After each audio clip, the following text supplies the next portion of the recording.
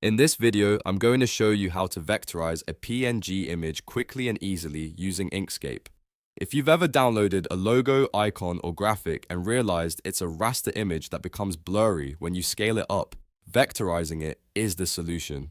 Converting a PNG into a vector allows you to resize the image infinitely without losing quality, edit individual paths, and use the graphic for things like logos, stickers, print designs, or cutting machines.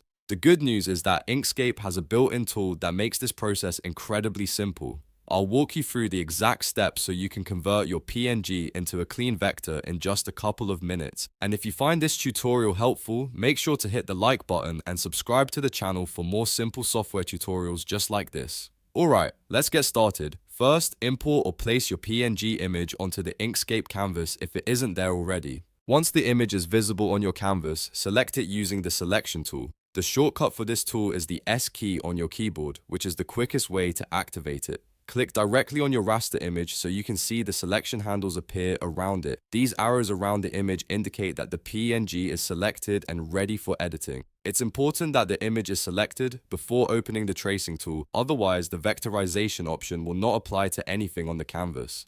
Next, open the Trace Bitmap panel. This is the feature inside Inkscape that converts raster images into vector paths automatically. To open it quickly, press Alt, Shift, and B on your keyboard at the same time. This shortcut will bring up the Trace Bitmap window. You'll see several options inside this panel that control how the image is converted into vectors.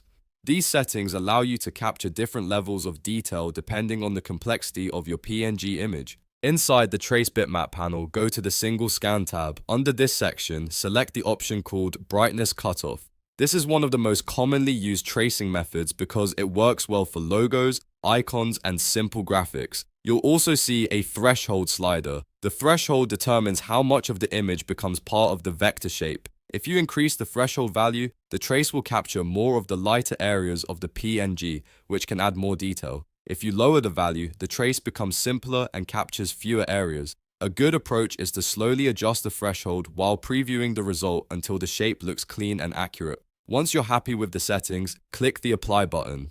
Inkscape will instantly generate a vector path directly on top of the original PNG image.